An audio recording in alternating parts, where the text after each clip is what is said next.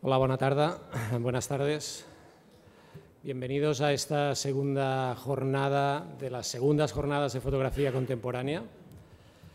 Para nosotros es todo un placer, un lujo poder tener aquí con nosotros a Luis González Palma, una de las primeras veces, por no decir la primera, que va a poder hablar de su obra aquí en Barcelona.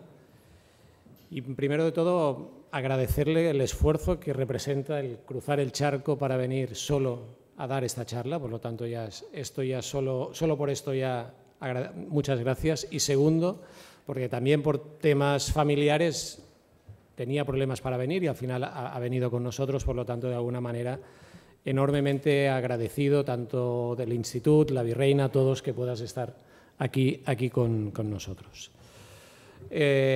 Nada, comentaros solo que el formato que hoy haremos será un pelín diferente o diferirá un poco de lo que hicimos ayer. Ayer estuvimos con Maite Vieta y con Martí Perán. Y hoy, en este caso, el formato que tendremos será el de que primero Luis nos hará una breve, por decirlo de una manera, introducción a todo lo que es su obra. Y después entraremos más en un diálogo que primero participarán o lo llevarán un poco dos de las personas que son las almas de que funcionen estas jornadas, como son Carles Costa y Llorenç Reich, y después vosotros, las personas que habéis venido, que también podáis participar y podáis entrar o podemos entrar un poco en un pequeño diálogo con Luis, ¿no? que creo que realmente a él lo que le interesa más es que hablar, más que de él, el poder estar hablando con cualquiera de vosotros.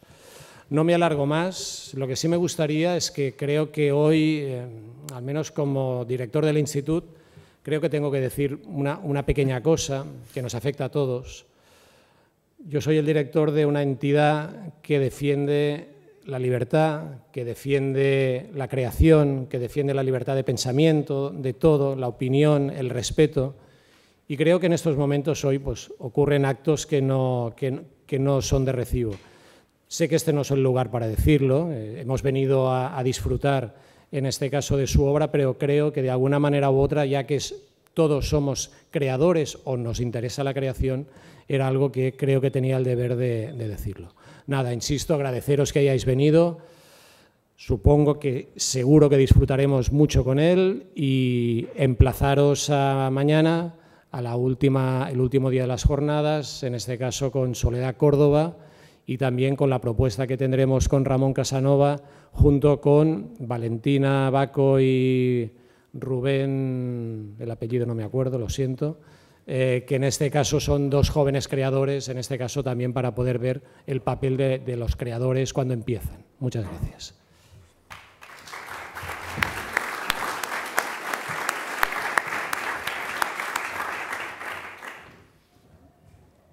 Bueno, no sé si se escucha. Sí. Buenas noches.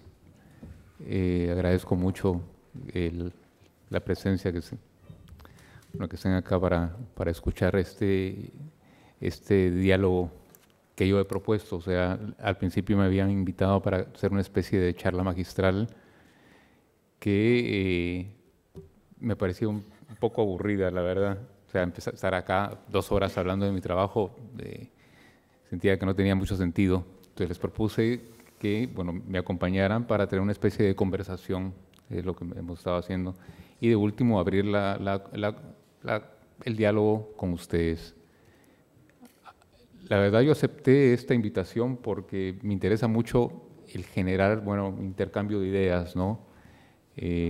Presentar mi trabajo obviamente es importante para mí porque me hace pensar muchísimo en lo que hago, en traducirlo a la palabra, por ejemplo, que es una de las cosas que me interesa también, pero me interesa mucho el qué piensa el otro, ¿no? Y qué dudas tiene, como una especie de intercambio intelectual, emocional entre lo que hago y lo que presento. Así que les agradezco a ellos dos que estén acá, que han aceptado esta propuesta. Y simplemente voy a pasar algunos proyectos más lentos que otros. Hay muchos proyectos, la verdad es que hay trabajo acá que tiene desde hace 25 o 30 años. No me voy a detener en todos los proyectos. En unos quiero ahondar más y en otros, bueno, me imagino que van a surgir más preguntas, ¿no? Yo creo que habría que apagar la luz para que se viera mejor en la pantalla. Vale. Y ustedes pueden ver acá también. Hacemos un cambio. Vale, bueno, estamos en ello. Ahí está. Bueno, se ve bien, sí. Una pequeña introducción. Para mí es sumamente importante encuadrar mi trabajo en lo que fue mi infancia. O sea, para mí las primeras miradas son fundamentales para generar, por ejemplo, una forma de entender el mundo desde lo visual, ¿no? Yo nací en Guatemala, en la ciudad de Guatemala, en 1957. Guatemala, para quien no conozca, es un país con una gran herencia religiosa, muy mezclada con la cuestión indígena, y que vivió del 60 de 1960, cuando yo tenía más o menos 2, 3 años, un conflicto armado que duró 35 años aproximadamente. O sea, prácticamente toda mi infancia, adolescencia y una parte de mi época madura, la viví en Guatemala, fue experimentando el miedo, que es una cosa que les comentaba a ellos, ¿no? Y este tipo de imágenes como la que estoy presentando ahorita es un tipo de altares que son muy comunes en Guatemala, o sea, altares que los españoles, fundaron en las iglesias y que los indígenas con sus rituales los han ido ahumando. Entonces, esa imagen velada, por ejemplo, es una de las cosas que a mí me ha impactado y ha generado una forma de entender la imagen que he tratado de indagar a lo largo de todos estos años. Esa es otra imagen, es el sepulcro de un santo en una ciudad que se llama Antigua Guatemala, y esa, es otra de las cosas también que a mí me influyeron muchísimo. Esa multiplicidad de imágenes, acá no se puede sentir, ¿no? Todos los olores, todo el ambiente que está alrededor de esto, todo el ruido que hay, ¿no? He intentado, ¿no?, que en las imágenes que yo he trabajado, eso se transmita, ¿no? Todo ese espacio invisible, para decirlo de alguna forma, ¿no?, esté contenido en las imágenes. Esta contradicción, podría decirlo, entre el colorido, por ejemplo, de un traje indígena y la presencia militar, que fue una cosa que acompañó realmente todos los primeros años de mi vida. Esto es otra imagen de los rituales indígenas en Guatemala, que obviamente en todos los guatemaltecos tenemos una parte indígena, eso no hay ninguna duda, pero yo vengo de otro mundo, o sea, el acercarme a estas experiencias para mí siempre fue una experiencia extraña, ¿no? Fue entrar a un mundo en donde lo místico, por ejemplo, tenía una presencia muy fuerte y muy, muy misteriosa. Entonces, estos son como los aspectos que fueron generando en mí, una gran necesidad, ¿no?, de expresarme. Otra de estas es esa tristeza, por ejemplo, reflejada en la mujer. Más imágenes que son alusivas a la representación sagrada. Y la fotografía documental, que cuando yo empecé prácticamente era lo que más había, ¿no? Era mucha fotografía documental que registraba el conflicto armado, como esta,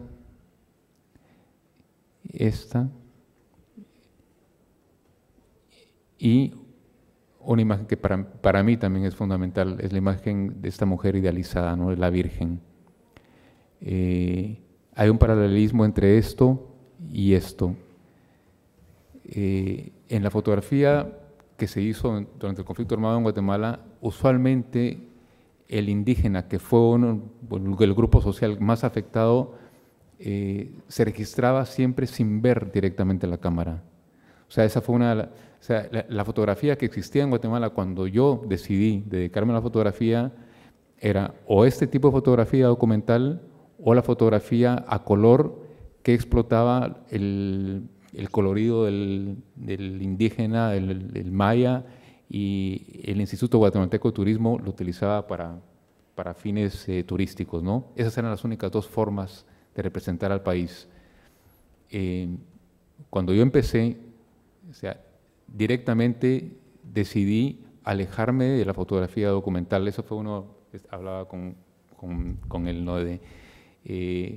Digamos, hubo muchas cosas que fueron decisiones que tomé, no en solitario, porque yo era parte de un grupo de artistas que habíamos formado una galería de arte que se llamaba Galería Imaginaria, y teníamos muchas conversaciones, ¿no? En esas conversaciones tratábamos de entender, bueno, hacia dónde nosotros, que éramos supuestamente la nueva generación de artistas en Guatemala, queríamos ir. Yo era el único fotógrafo, los demás eran pintores, escultores, bailarines, y bueno, en parte de las conversaciones era, bueno, me interesa, por ejemplo, generar retratos en donde estas personas vean a cámara, vean fijamente a la cámara, jugar con la mitología también que tenía que ver con todo un mundo misterioso o mágico, podría decirlo, ¿no? En esa época. Y bueno, generé un grupo de trabajo que prácticamente era un tipo de retrato que en un momento se vio como realismo mágico. Y hablo de esto porque en el momento en donde mi trabajo se definía como realismo mágico, yo me sentía realmente incómodo. O sea, yo quería hacer un trabajo que fuera un poco más allá. No es que esté en contra del realismo mágico, o sea, me interesaba muchísimo, pero yo quería que tuviera una especie de densidad o espesor intelectual o emocional mucho más complejo, ¿no?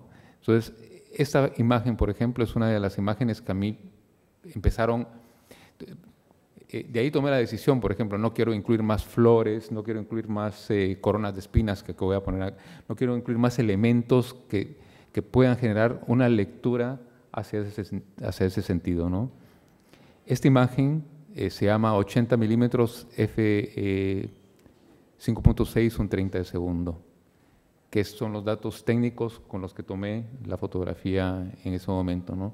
Y aquí ya digamos, por ejemplo, es una imagen que para mí es muy importante porque me alejo definitivamente de cualquier simbología, ¿no?, que pudiera llevarme a ese chavo está haciendo tal tipo de retratos aprovechándose, porque es una cosa muy delicada, de estos rostros para,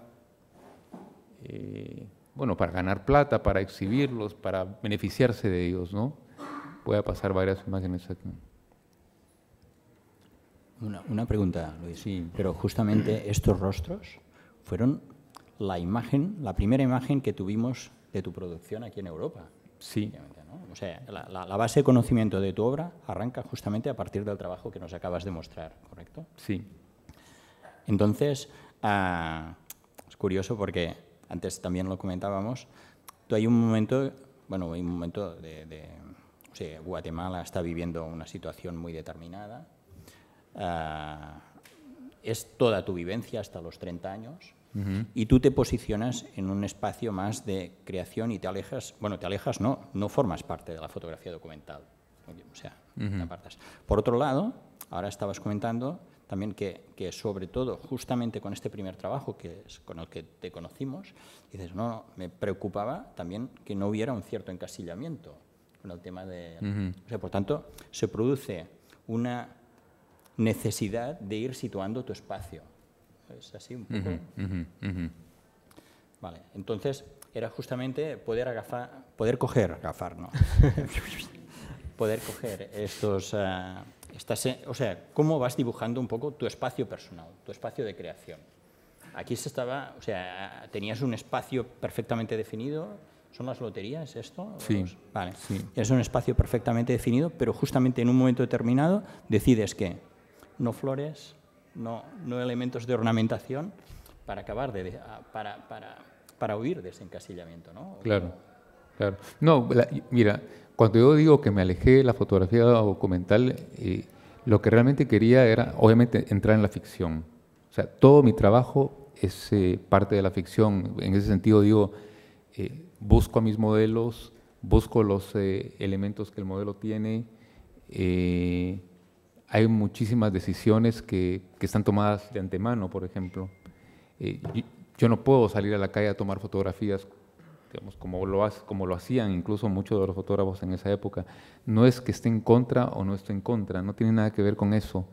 Tiene que ver con cómo hacer posible para que el mundo que tengo en la cabeza visual no se revele, tenga algún sentido.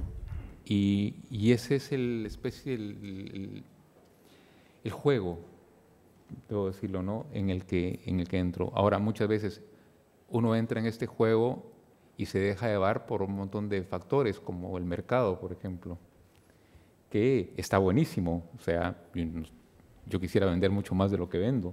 Aparte que soy un afortunado de que todavía en este momento sigo vendiendo mi trabajo, cosa que cada vez es más difícil, pero tampoco quería el hacer, que te digo, una serie de imágenes que solamente tuvieran como fin la venta, por ejemplo, ¿no? Mantener un recurso. Claro. Más era, bueno, para mí tiene mucho sentido qué aprendo yo haciendo lo que hago, por ejemplo, que no solamente porque esto le da sentido a mi vida, sino que qué sentido puedo obtener, ¿no? O sea, ¿qué es lo que la imagen me está brindando a mí que yo no sé de lo que yo hago? Porque al final de cuentas hay una especie de, aunque sea ficción y sea algo que yo sé hacia dónde va, hay un montón de aspectos que son absolutamente desconocidos para mí. Y muchas de las cosas, por ejemplo, que yo les puedo decir ahora, la necesidad, por ejemplo, de generar imágenes, muchas de ellas de mujeres que vieran directamente a la cámara, en realidad obedecían también a mi deseo de ser visto. O sea, a mí me interesa muchísimo el psicoanálisis y desde el psicoanálisis trato de entender mi propio trabajo, solo que he necesitado 25 años para verlo. O sea, ahora sí lo veo con mucho más, de una forma mucho más clara, pero en esta época no. Entonces, ¿qué te digo? Esto de generar la imagen de una mujer que me vea, ahora para mí tiene que ver con una especie como espejo, ¿no? Alguien que me vea y a través de esa imagen ver yo a las personas que también me ven. O sea, yo lo veo muy lógico. La necesidad de ser artista hasta cierto punto es miserable, ¿no? Es la necesidad de ser visto, como tenemos un ego muy grande, muy fracturado también. O sea, yo tengo que hacer todo esto porque no logro entender, prácticamente no entiendo, qué es la vida, por ejemplo, ¿no? ¿Qué significa estar en el mundo? Para mí estar en el mundo es una especie de conflicto, de reto que trato de ir elaborando a través de las imágenes, ¿no? A mí me ha interesado, en síntesis, esta presentación que has hecho de tus orígenes por la relación que has concebido con la primera mirada. Uh-huh. Este retrato, junto con los otros que tienes de esta serie, de hecho, dices, es un espejo, pero es que es tu mirada. Una mirada que, a mi entender, por lo que acabas de presentar, tiene o se origina en base a dos conflictos, el social y el religioso. Al fin y al cabo, la religión no deja de ser un intento de solucionar conflictos espirituales, como la fotografía, indagar y explorar en los conflictos sociales a través del arte. Uh-huh.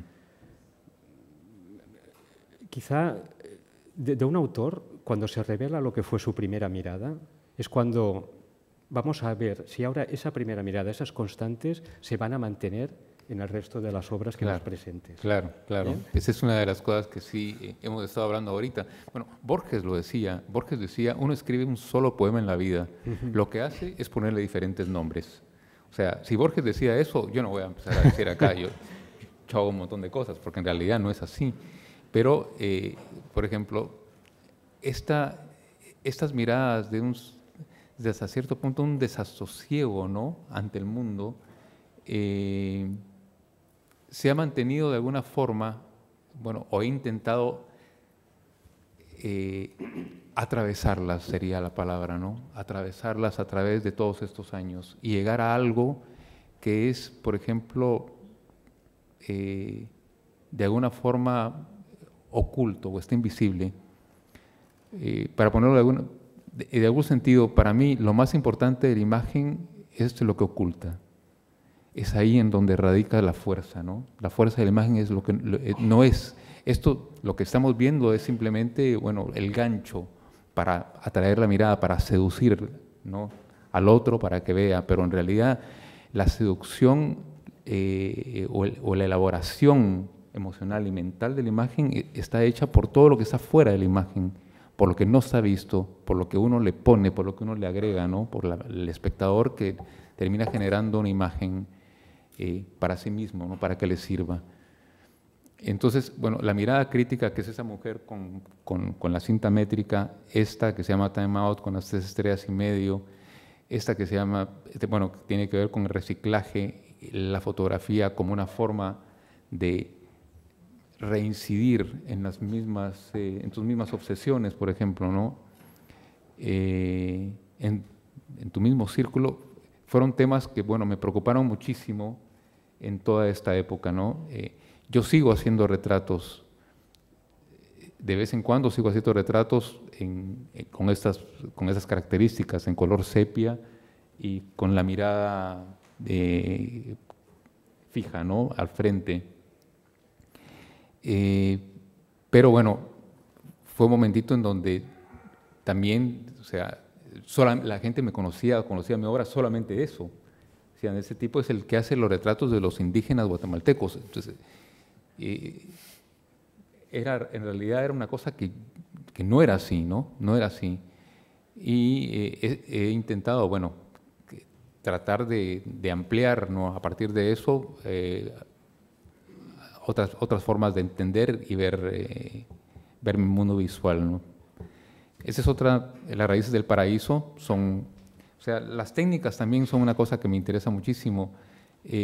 La fotografía impresa de una forma analógica, tradicional, para decirlo de una forma, me gusta, pero hay muchísimas formas en que, más ahora, ¿no?, con tanta tecnología que tenemos para poder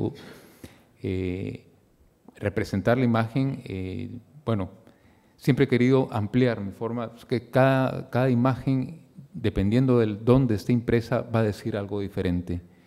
Esas están impresas son ambrotipos, son pequeños y tienen que ver con toda la época, bueno, toda la violencia realmente que se vivía y se sigue viviendo en un país como Guatemala, ¿no?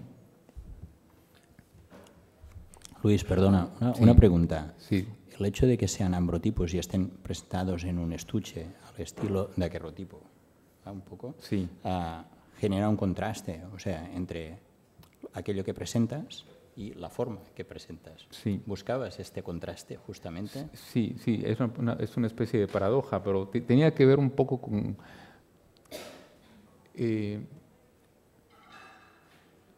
como que en Guatemala la violencia ha estado sumamente presente siempre, y como que el guatemalteco también tiene cierto amor por la violencia y por hablar de la violencia, o sea, es como un circuito en donde no se logra salir, ¿no?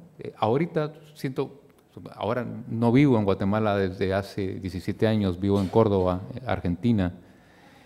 Voy a Guatemala muy seguido, pero ese estar siempre comentando sobre la situación de violencia ha mermado un poco, por ejemplo, pero en esta época sí. Entonces era cómo atesoramos algo que de alguna forma no deseamos, ¿no? Esa paradoja que tiene el ser humano de estar haciendo lo que no quiere, por ejemplo, es un poco lo que trato, porque tiene que ver con eso, o sea, esos daguerrotipos que tú guardas con imágenes, por ejemplo, que son significativas emocionalmente para ti, ¿no? Casi sagradas. Casi sagradas. Bueno, meter eso meter en esa imagen eso, precisamente, ¿no? Que se contradice a sí mismo por la técnica, por ejemplo. bueno, hice otros, al mismo tiempo hacía instalaciones. Quiero hablar precisamente de esta. Esta es una fotografía de Aubert, un fotógrafo francés que tomó la camisa del emperador Maximiliano luego de que lo fusilaron en México, ¿no? Yo hice un proyecto en México en esa época y esta, voy a pasar en algunas imágenes, ¿no? Referencias que disparan, por ejemplo, mis proyectos. Al final de cuentas termina siendo, aquí no se nota muy bien, son fotografías de camisas de amigos en México que están impresas en película transparente. Y la idea era de que el sol, cuando el sol salía, proyectara las camisas en las paredes y a lo largo del día las camisas fueran, bueno, proyectándose en las paredes, en el piso y en las personas que iban caminando en el claustro este. No tengo más imágenes de esa porque sería hubiera sido bueno presentar la imagen esta cuando la imagen se proyectaba en los muros, ¿no? Pero es una imagen que funciona con el sol. Si no había sol, en realidad el proyecto estaba a la mitad, no estaba del todo completo, ¿no? Me voy a saltear de estas, porque así tenemos más tiempo para hablar de otros proyectos que me interesan más. En el 2001 realmente me voy a vivir a Argentina, nace mi hijo, muere mi padre y estando en Argentina, o sea, sin tener a todos los modelos que había estado fotografiando por todos estos años, me pregunto, bueno, ¿qué es lo que realmente quiero hacer ahora, no? Y lo que me interesó era hacer un proyecto que reflexionara sobre la pareja. Por ese proyecto surgió al ver la imagen esta, que es una imagen de una obra de Félix González Torres, un artista cubano-estadounidense que ya murió, por cierto, que se llama Amantes Perfectos. Cuando yo vi esta obra, a mí la vi en el MoMA, por cierto, y me intrigó muchísimo porque decía, bueno, estos dos relojes de plástico, ¿qué tienen de particular para que estén acá? Esa fue la primera pregunta que me hice, ¿no? Y hablando con mi psicoanalista de esa época, porque han habido muchas a lo largo de los años, ella me comentaba, ¿no? Me acuerdo mucho de esa conversación, de que amantes perfectos son en el momento, porque la idea que Félix González Torres tenía era de que en un momento uno de las pilas de los relojes iba a estar a destiempo y los segunderos no iban a estar de una forma paralela, ¿no?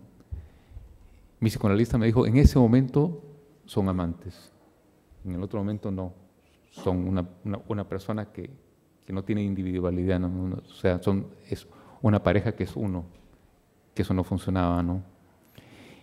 Y eso, junto con esta imagen de Juan Muñoz, bueno, me imagino que todos ustedes lo conocen, que era una escultura de una persona que hablaba con su propia sombra y que me acuerdo que tenía un mecanismo que abría y cerraba la boca. A mí me impactó muchísimo. Entonces, esas dos imágenes generaron un cuerpo de obra que se llamaba Jerarquías de Intimidad, que son también puestas en escena. O sea, aquí decidí no tomar muchos retratos, sino que usar, por ejemplo, las sillas y las mesas como elementos simbólicos de las personas y usar, por ejemplo, la lámina de oro. O sea, al principio hablo de la religión católica y cómo me influye. Esos colores marrones, por ejemplo, del principio tienen que ver con las pátinas de las iglesias, tienen que ver con un mundo de ruido.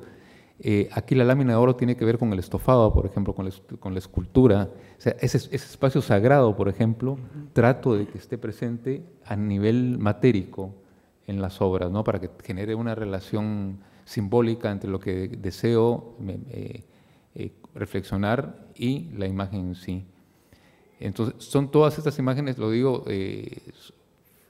con fotografía analógica, no hay nada digital, porque me interesa muchísimo, o me interesaba en este momento muchísimo, el recorrer las imágenes, no tener las imágenes en una pantalla, sino que vivir la experiencia, ¿no? La experiencia para mí era incluso más importante que la imagen misma.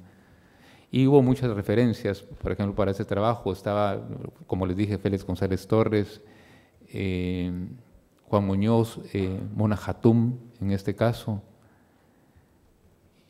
y ese es mi trabajo, por ejemplo. Otra de las obras que fueron para mí fundamentales en esta época fue esta obra de Juan Muñoz también, que es un pasamanos en un lugar en donde es innecesario. Para mí funciona muchísimo en el sentido de que en una época yo vivía una enorme ansiedad, una ansiedad ante la vida, ¿no? Y sentía que la tierra me tragaba. Esa era la sensación física.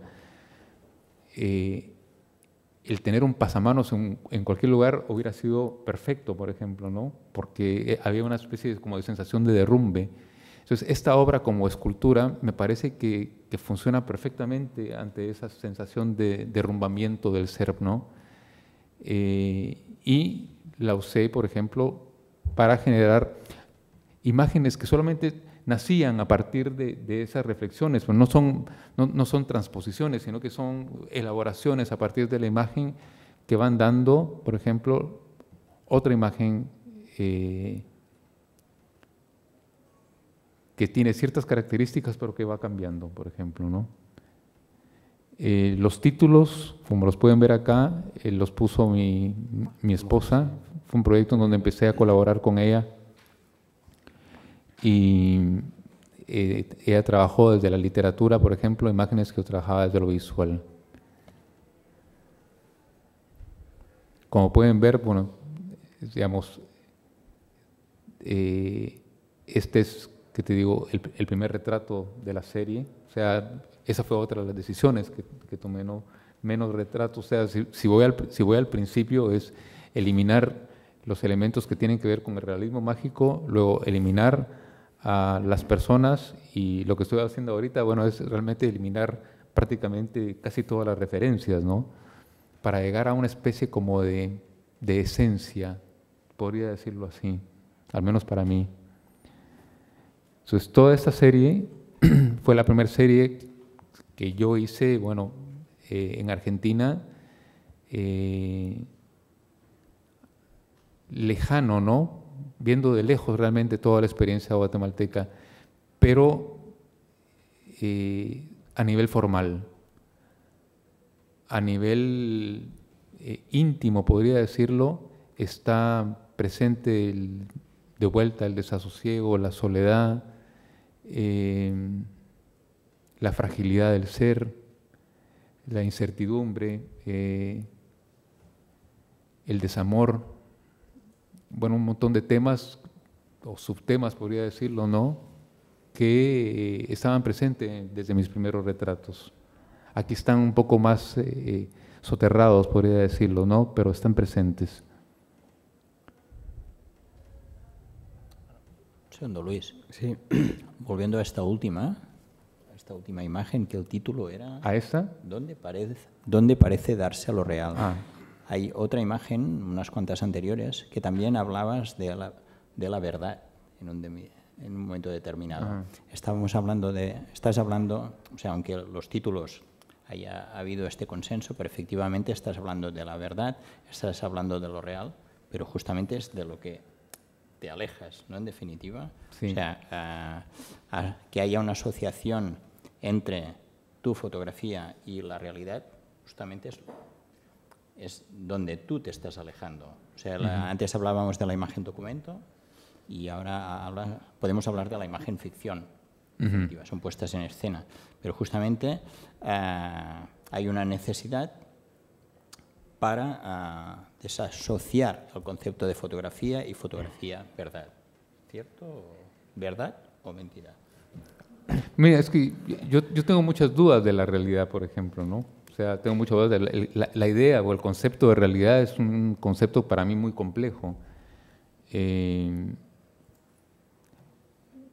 Obviamente que, bueno, cada quien puede leer estas imágenes desde su perspectiva y desde su mundo real, pues, desde las experiencias que ha vivido. Por eso es que creo que es tan importante el tener conciencia de que uno ve el mundo desde lo que uno vivió y de lo que uno vive. En particular, bueno, siempre hablo de esto, ¿no? Nadie sale ileso de la infancia. La infancia es una experiencia que te marca de una forma tal que te pasas el resto de la vida tratando de lidiar con ella. ya sea desde la literatura, ya sea desde la imagen visual, desde la danza, desde cualquier acto creativo. Yo siento que el acto creativo es una respuesta ante una inconformidad ante el mundo, o sea, en parte porque el mundo no nos es suficiente. El mundo para mí no me llena del todo, por eso es que hago imágenes. O sea, termino de hacer un mundo, por ejemplo, porque lo que tengo como mundo no es suficiente. Y no solamente eso, es también, que te digo, una forma de generar compañeros, compañeras de viaje, o sea, de sentirme menos solo. O sea, yo cuando hablo de mi trabajo, yo trato de no mencionar la palabra fotografía, porque es lo que menos me interesa, por ejemplo, ¿no? O sea, la fotografía simplemente es algo que a mí siento que se me da fácil, como se le da a la mitad del mundo ahora que todo el mundo tiene celulares, todo el mundo es un buen fotógrafo. Ser buen fotógrafo no es un problema, no genera en mí una problemática.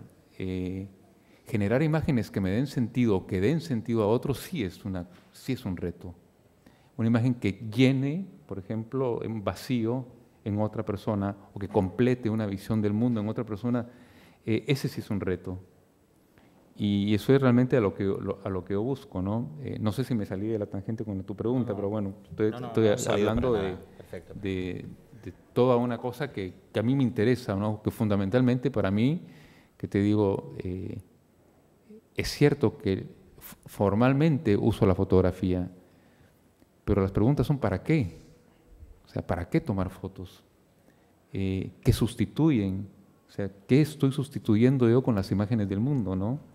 ¿Qué sentido tiene agregar más imágenes a un mundo en donde hay millones de imágenes que se agregan cada minuto? Entonces,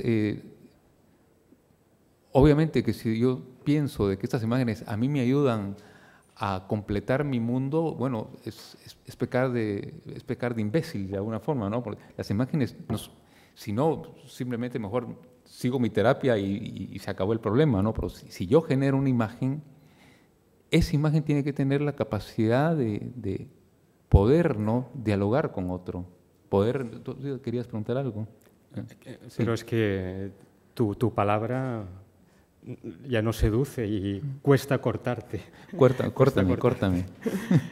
No, te quería comentar que claro que aportas a este contaminado mundo de imágenes, aportas mucho, porque, a ver, ¿quién puede sugerir la idea de conflicto con una silla? Por poner una de las imágenes que has puesto. Sí. Que un fotógrafo, un creador como tú, tenga la capacidad de encontrar la traducción visual del conflicto general, tú hablas del social, religioso y demás, en una sola silla, ¿la puedes poner esa fotografía? La verdad es que no sé cuál de las imágenes eran, porque hay varias. Esta misma, de las sillas. Bueno, es una aportación que haces al lenguaje. Hace ver las cosas cotidianas desde esa perspectiva que tú has comentado. Aquí hay algo invisible, aquí hay algo oculto, hay algo más de dos sillas, hay un conflicto. Eso es lo que desvela tu capacidad de saber encontrar y de registrar los motivos de la realidad con esas intervenciones, con esos diálogos. Esto aporta mucho, esto diferencia, ¿vale?, de este mundo de imágenes. Todo el mundo sabemos que técnicamente puede hacer una imagen correcta, pero crear una metáfora con una imagen, eso ya está limitado. Sí, bueno, a unos pocos. Claro, cuando yo comentaba esto de que crear una imagen es fácil, pero crear una imagen que dé sentido, por ejemplo, que me dé sentido y que pueda darle sentido al otro, es más difícil. Sí, obviamente es así, ¿no? Igual para mí, que te digo, son imágenes que se dan y cómo se dan es un proceso misterioso, o sea, es una cosa que no puedo explicarla, simplemente se van dando, ¿no? Se van dando las situaciones, las circunstancias, y creo que tiene mucho que ver con con una especie de, el concepto budista de la plena conciencia, por ejemplo. Esa idea de estar plenamente consciente ante todo lo que está sucediendo alrededor de mí, porque la vida misma, es algo que yo creo, ¿no? La vida misma me pone enfrente los problemas que yo quiero resolver y cómo puedo resolverlos. O sea, yo realmente no tengo esta idea de esos conflictos que muchos creadores tienen de sentirse estancados, por ejemplo. O sea, para mí la idea de sentirse estancado es una idea que tiene que repensarse, porque ¿qué significa estar estancado ante quién, por ejemplo? Y también no darse la libertad de tener un respiro, por ejemplo, de tener una especie de pausa, ¿no?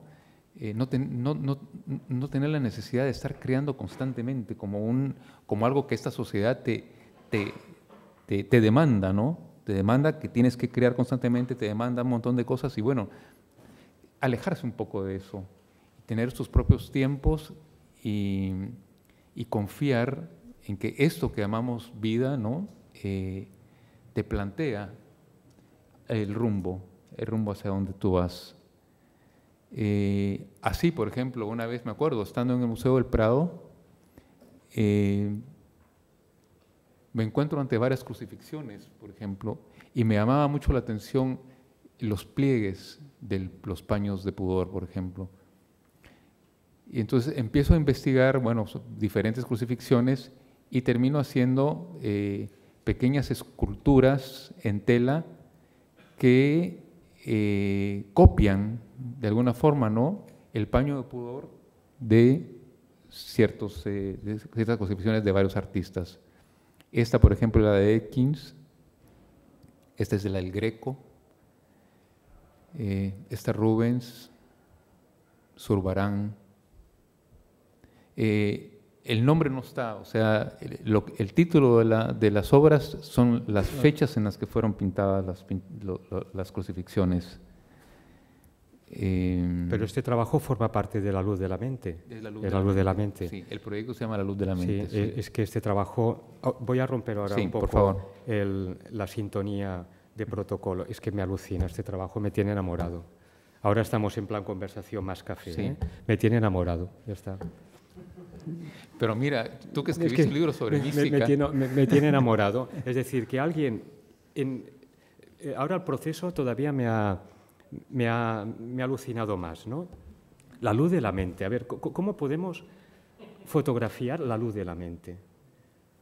Es que ni haciendo la alegoría, ¿vale?, más visual y creativa, podíamos llegar a esa conclusión.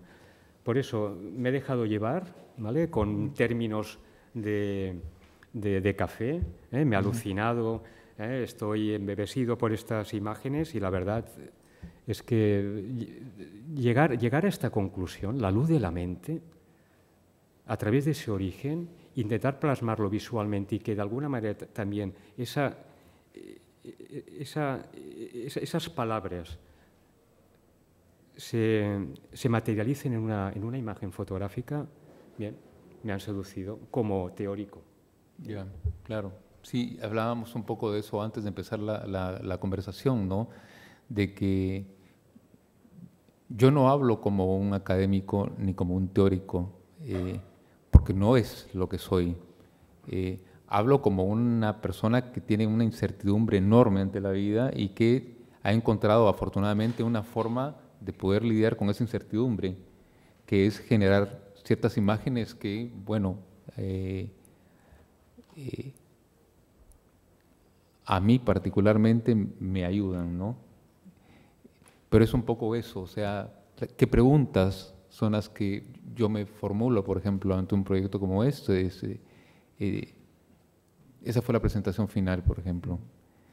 ¿En dónde está el espacio sagrado hoy en día, por ejemplo? ¿Dónde habita lo sagrado? Yo sé que habita, por ejemplo, en el retablo mayor de la iglesia de Chichicastenango en Guatemala, por ejemplo. Sé que ahí hay una experiencia sagrada. Sin duda que acá también, pero mis referencias son esas, ¿no? Para quien no conoce el retablo de Chichicastenango en Guatemala es un retablo que está absolutamente ahumado, absolutamente, es negro. Es como estar frente a un Malevich gigantesco. Es una experiencia mística. Estar ante eso es una cosa que... Y ver que toda la gente está rezándole a eso. O sea, rezándole a un muro negro. No solamente rezando, gritando, tomando ron, echándole velas, tirándole flores. Bueno, ahí hay una experiencia sagrada. Entonces, ese tipo de experiencias, por ejemplo, son las que yo no le puedo tomar foto a eso, aunque supuestamente sea prohibido. No le puedo por respeto. Entonces, lo que hago es retraerme un poco y tratar de, bueno, ¿cómo puedo transformar esto que a mí me está pasando ahorita en otra imagen que no tiene posiblemente nada que ver, ¿no? Creo que lo dije ya varias veces, pero bueno, es en sí eso, ¿no? Traducir al mundo, traducir sensaciones y emociones que el mundo me da en imágenes que puedan, en donde alguien más pueda reconocerse, en síntesis, ¿no? Tú ves esto y no sabes por qué, pero te reconoces en esos pliegues, te reconoces en ese tipo de luces, en ese tipo de colores.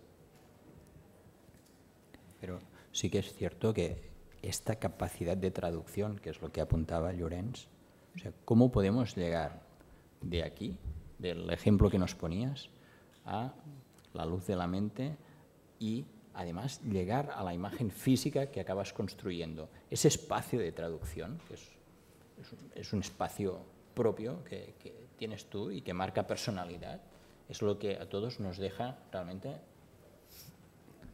Ese es el espacio inaccesible por parte de la teoría y por parte de la creación. Como dice Carlas, nos has dado ahora, con las palabras, nos has proyectado una imagen en esta iglesia, con gente, con ron, tirando flores y tal. Que todo eso se traduzca ahora en estas fotos que acabamos de ver, es verdaderamente, hay un vacío inexplicable. ¿Vale? El vacío que puede gestionar solo aquella persona que tiene la necesidad de plasmar aquello en otra imagen, que en síntesis se acerque. ¿Bien? No creo que lleguemos a ninguna conclusión de cómo llegar a ese proceso, el proceso creativo del ser humano en el mundo del arte. Como siempre se ha comentado, cada trabajo tiene su propia teoría. Claro. Cada trabajo, y aquí nos lo estás demostrando, ¿vale? Con tus apreciaciones, con esos comentarios que haces que no están publicados en ninguna parte, ¿no? Y que nos acercan al proceso de la creación y a ti como persona y como autor y como creador. Claro. Y bueno, voy a retomar a lo largo de esta charla la imagen esta del retablo mayor en la iglesia de Chichicastenango. Esto lo haces en homenaje a mí, ¿no? Gracias. Porque para mí es una de las imágenes fundamentales. No tengo imagen de eso. Inicié esta presentación con una imagen similar, pero eso en grande, ¿no? Es realmente lo que yo ahora tiendo a imaginarme de niño viendo eso. Ahora puedo pensarlo, pero de niño, ante esa experiencia, no encuentras la palabra. O sea, la palabra tiene que traducirse en algo más, porque la palabra no alcanza para... Estoy hablando del momento de la infancia, ¿no? No tienes el lenguaje para poder traducirlo, esa experiencia en lenguaje. Entonces, bueno, me he pasado una gran parte de mi vida tratando de traducir ese lenguaje en imagen, ¿no? Y en el poder que tienen las imágenes, que para mí también es muy importante hablar de esto. O sea, dentro de todo lo que yo le estoy diciendo, hay un enorme gozo. O sea, sin gozo no se genera nada, absolutamente nada. Entonces, ese placer y ese gozo, ese juego hasta cierto punto, es una de las cosas que para mí tienen que estar presentes, ¿no? Si no me vuelvo, que te digo, bueno, mi formación, no lo dije, fue en arquitectura. Es por eso que disfruto tanto de estar en Barcelona. O sea, es un deleite estar acá, solo simplemente caminando las calles, ¿no? Y dejé realmente de practicar la arquitectura porque en un momento me vi, ¿no?, siendo una persona que no estaba ya gozando, ¿no?, de la experiencia. Y eso fue fundamental, decir, bueno, ¿cómo voy a gozar más siendo fotógrafo o siendo arquitecto, ¿no? Y fue la decisión, que fue una decisión muy difícil, pero bueno, siento que ha valido la pena. Y ese gozo que tengo haciendo imágenes también lo tengo pensando sobre la imagen, leyendo sobre la imagen y por supuesto viendo imágenes como estas, por ejemplo, de donde sale otro proyecto. A mí me interesaba muchísimo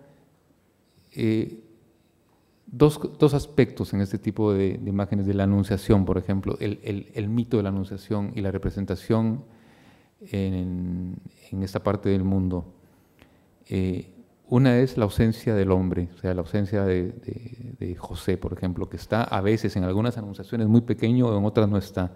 Y los gestos, el gesto corporal de las manos de la Virgen y las manos del ángel, ¿no? Entonces, esos temas los fui trabajando en unos proyectos solo y en otro proyecto con mi pareja y dieron como resultado este tipo de, puedo decirlo, nuevas anunciaciones, ¿no? Pero están sacados del tema este. Y otro de los referentes, por ejemplo, es un artista, un escultor australiano, Ron Mueck se llama, que tiene ese tipo de esculturas hiperrealistas que para mí son también como fundamentales. O sea, siento que mi trabajo también es un diálogo constante, no solamente con el pasado, sino que con el presente, ¿no? O sea, yo dialogo mucho con artistas, me interesa dialogar con Botticelli, con Ghirlandaio o con Ron Mueck, o, ¿qué te digo yo?, cualquier artista contemporáneo actual, ¿no? Esta es otra de mis anunciaciones, por ejemplo. Digo mis anunciaciones porque para hacer la diferencia, pero tratan de eso, tratan de traducir, por ejemplo, ese aislamiento, ¿no?, que existe entre el ángel y la Virgen, entre alguien que acepta, que se somete a la orden de un padre, por ejemplo.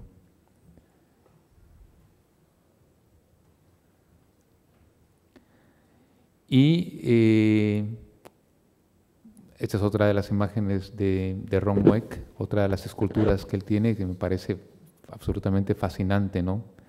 Que es para mí la imagen que muestra el desamor de una forma mucho más cruda de la que se puede mostrar, ¿no? Creo que es en donde yo encuentro, ¿no?, la experiencia del desamor como metáfora, por ejemplo, más potente. En este proyecto, por ejemplo, una de las decisiones, bueno, quiero salirme del sepia y usar color. Ese fue uno de los aspectos formales, por ejemplo, que me interesan. Obviamente continúo con la fotografía analógica, ¿no? Nada de esto es digital. O sea, es simplemente una pared a la que le abres 2 hoyos, se metes una persona ahí y esa experiencia de gozar y vivir, bueno, la toma fotográfica, ¿no? Algo que con los años he ido dejando, ¿no? Creo que hoy por hoy, voy a retomar el tema después, ¿no? No me interesa ya tomar fotos. Yo no conocía estas teorías de Fontcuberta de la posfotografía. Y haciendo una presentación como esta, una persona del público me dijo, tú estás dentro de la posfotografía. Yo dije, wow, mano, ¿qué será esa historia? Porque no la conozco. Cuando me cuenta, encajo exactamente en la teoría de Me compré el libro de Fontcuberta, por cierto, que lo estoy leyendo ahora, porque me interesa muchísimo. Pero en esa época a mí sí me gustaba mucho tomar fotos. O sea, tenía un placer y un gusto tomando fotos. Ese es, de vuelta, retomando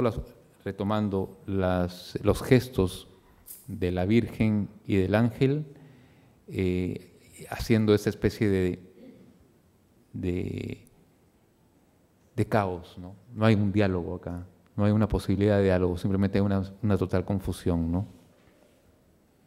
De vuelta sigue la lámina de oro que se refiere al arte sagrado, no solamente occidental, también oriental, ¿no? Como retomando, bueno, formalmente ciertos elementos que ayudan para eso. Este fue otro proyecto del 2008, fue una invitación para hacerlo en... este es João Sarmiento, un escultor portugués, que a mí particularmente me interesaba mucho en esa época, ahora no tanto, pero es un artista que me interesa. Este proyecto, Tú mi placer, fue un proyecto que me invitaron de la Municipalidad de Guatemala para hacerlo en la vía pública. Lo hice también con mi pareja, en donde ella se ocupó realmente de los textos y yo me ocupé de las imágenes, ¿no? Y los textos son una variación de dos preguntas. ¿No será tu dolor mi más profundo placer o no será tu placer mi más profundo dolor? Entonces, realmente los dos textos variaban, ¿no?, las preguntas desde ese punto de vista. Y de un lado, por ejemplo, estaba la imagen, estaba en la vía pública, y del otro lado estaba el texto. Estos son los textos las imágenes, bueno, que estaban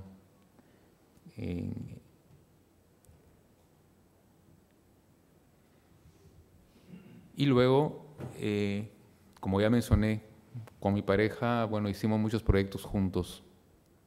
Y el último proyecto que hicimos fue justamente se llamaba La Separación, y fue una especie como de decisión de trabajar desde nuestra familia, ¿no? Yo tenía mucho interés de trabajar con los peinados de ciertas pinturas del Renacimiento, y Graciela, bueno, mi pareja, lo que hizo fue cortarse el pelo, raparse, y con su pelo, esta es la pintura de Ghirlandaio que está en el Thyssen en Madrid, con su pelo, bueno, se hizo el peinado de Ghirlandaio, y luego con la peluca del pelo se hizo también la peluca de Ghirlandaio, ¿no? Esos eran como los bocetos que hice, bueno, para realizar. Y es como una especie de obra de teatro, es un libro que tiene texto, imagen. Yo acá solamente voy a pasar las imágenes, donde están, bueno, Julián, que es el hijo de mi esposa, Sebastián, que es nuestro hijo, Alitzel, que es nuestra hija, y como ven, bueno, la peluca es el hilo conductor de toda la serie, ¿no? Y aquí estoy yo dibujando otra peluca, la peluca que tiene el peinado de una pintura de Botticelli. Yo se los paso así a la ligera, pero la verdad es que habría que leer el libro entero para poder entenderlo, ¿no? Este proyecto lo hice en Madrid, pero me lo voy a saltear porque no. Vaya, pues yo lo tenía como otro de mis referentes. Bueno, entonces regresamos, no hay ningún problema. Viste, aquí no hay ningún problema. Dime. ¿Y por qué lo querías pasar? Precisamente... Porque tengo varios. Bueno, solo comentarte que ese interés tuyo en que una imagen muestre lo oculto que se encuentra en el ver, entre otros muchos trabajos, para mí este es uno de los representativos, por toda la memoria que hay detrás, ya está. Simplemente era esto. Bueno, tú sabes, bueno, este proyecto lo hice porque me invitaron del ayuntamiento, se dice acá, ¿no? Sí, Madrid. Pero no me rompas la magia, ¿eh? Y a mí, por ejemplo, me interesa muchísimo el lenguaje simbólico en las ciudades. O sea, no solamente por los edificios, ¿no? Y siento yo que en los pedestales de las esculturas es uno de los espacios en donde más presente está como una cultura, un país, ¿no?, dicta formas de leer la historia. De una forma muy sutil, obviamente, ¿no? Entonces, obviamente que el personaje está, pero el pedestal es una forma en donde se está diciendo prácticamente todo. Ven, por ejemplo, el pedestal de Calderón de la Barca, pueden tener una lectura de San Pablo, O sea, aquí sí usé digitalmente, borré la imagen del personaje para dejar solamente el pedestal. Goya, Agustín Lara, que para quien no lo conozca es un músico mexicano, creo que es, ¿no? Pero es evidente, por ejemplo, el pedestal de Agustín Lara no es incomparable al de Cristóbal Colón. Entonces, esa es una forma de narrar la historia, es una forma en la que la ciudad, los gobiernos, o sea, toman esas decisiones, dónde están los monumentos, más en el siglo XIX, ¿no? Más ahora los monumentos tienen otra idea, pero eso fue lo que me interesó, como plantearlo en ese proyecto donde me invitaban para hacer un proyecto sobre la ciudad de Madrid. Un segundo, o sea, la ciudad crea un relato a partir, y claro. tú a la vez estás creando un relato con el relato de la ciudad. Sí, claro, claro. Y caminando ahora por Barcelona también he visto una cantidad de, no solamente de monumentos, sino que en las fachadas, en donde hay como bajorrelieves, altorrelieves, una belleza extraordinaria, ¿no? La presencia de la mujer, la presencia del hombre trabajador, toda una utopía, por ejemplo, ¿no? Son formas de narrar a través de la arquitectura, a través del urbanismo, ¿no? De narrar historia, posibilidades de proyectos también, o sea, están ahí, están ahí. Tu mirada me distorsiona sin quererlo, es un proyecto que a mí particularmente me interesa, ¿no? Cuando el conflicto armado en Guatemala terminó, tanto la gente del ejército como de la guerrilla se quedaron sin trabajo. Y hay una clase muy pudiente, la clase alta en Guatemala, tiene muchísima plata, empezó a ser secuestrada. Secuestraban y se hizo una especie como de negocio de terror, ¿no? Y en ese momento hubo muchas empresas israelitas que se instalaron en Guatemala y empezaron a adiestrar a excombatientes a ser guardaespaldas. Hablo de vuelta, para quien no conoce Guatemala, estar en la calle con gente que está armada es usual. O sea, siempre, no solamente en las tiendas, en los supermercados, los bancos, o sea, siempre hay gente armada, es una cosa a la que tú te acostumbras, ¿no? Entonces, esto es una serie de guardaespaldas de una familia, son 20 y tantos guardaespaldas, de una familia que son amigos, y les pedí el favor, bueno, de que fotografiaran para mí, que posaran para mí, ¿no? Para hacer este tipo de serie, que tiene que ver con la pregunta, bueno, ¿cómo es como vemos al otro, no? Cómo un guardaespaldas me ve a mí, cómo un guardaespaldas ve al otro, siempre como un potencial agresor, por ejemplo. O sea, cada quien, dependiendo quién es, dependiendo de su trabajo, tiene una aproximación visual al otro que es muy distinta, ¿no? Y la idea de tener una imagen distorsionada de la realidad me llevó a distorsionar físicamente el papel, ¿no? Pero no cualquier papel, estos son platinos, por ejemplo. El platino es, como decir, el Rolls Royce de las técnicas fotográficas, por ejemplo, es lo más valioso, el que dura más. Si quería realmente arrugar, tenía que ser un platino. No arrugar una fotografía en blanco y negro, que no, eso no tiene mucho sentido. Había que arrugar algo que realmente tuviera un peso, ¿no? Y generé ese tipo esta serie que, termina más o menos en lo que es mostrando un poco lo que estaba diciendo anteriormente, ¿no? ¿Por qué la gola?, me preguntan muchos. Y tiene que ver, también hay un cortocircuito entre este rostro y la gola, por ejemplo, hablando un poco de las paradojas que me interesan trabajar, ¿no? O sea, la gola se espera con un rostro distinto. Entonces, es un poco eso. Y también, insisto en que la religión católica, yo no sé si se arruinó mi vida o no, la verdad no sé cómo decirlo. Sí me hizo un ser culposo, eso sí me molesta mucho, pero digamos, tiene una iconografía tan extraordinaria, podría decirlo, que de ahí he ido agarrando un montón de elementos para trabajar, ¿no? Esta obra se llama Vanitas, es una obra que no es fotográfica. La hice luego de que nos separamos para hacer los trabajos con mi esposa. Compramos una pequeña casa en el centro de Córdoba para que, bueno, se derrumbó y se hizo un edificio ahí, que eso, bueno, otra persona se encargó de eso. Y ella se empezó a dedicar como a ser curadora de diferentes exposiciones y invitó a varios artistas en que interviniéramos la casa. El trabajo que yo hice fue agarrar todos los cables de cobre de la instalación eléctrica y con eso los mandé a fundir y hice este candelabro y una imagen de mi mandíbula. Y luego, que esa es la parte que termina el proyecto, o sea, el proyecto de ella se llama Demolición Construcción, y terminé haciendo mi mandíbula en chocolate blanco, que la idea era que cuando la gente entraba a la exposición se lo comía. A algunos les daba asco, no sé por qué, ¿viste?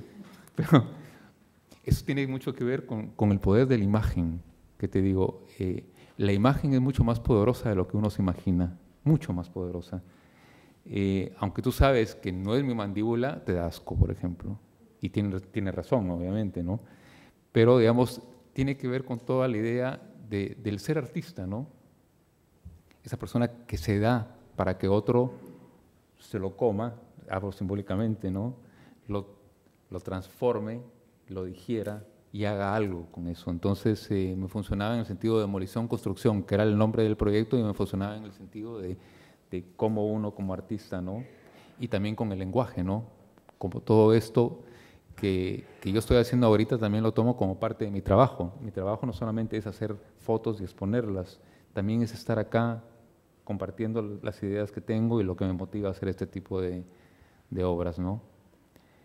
Ara Solis fue un proyecto que también hice, veo que tienes ahí una imagen, por lo tanto tienes algo que decir. Me la había apuntado. Este trabajo me ha sorprendido, porque, mira, lo veo sencillo. Uh-huh. A ver, es muy poético hacer la metáfora de que una cama y las sábanas sí. sea el mar. Sí. Pero, por otra parte, lo he visto tan evidente que digo, aquí está mi Luis. Te lo dejo. ¿Cómo así? ¿Cómo así?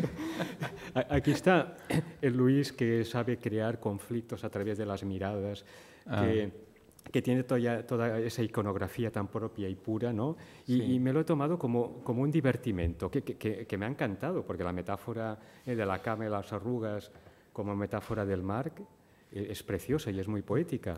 Claro. Pero, digo, no sé si es mi muy Luis. Simple.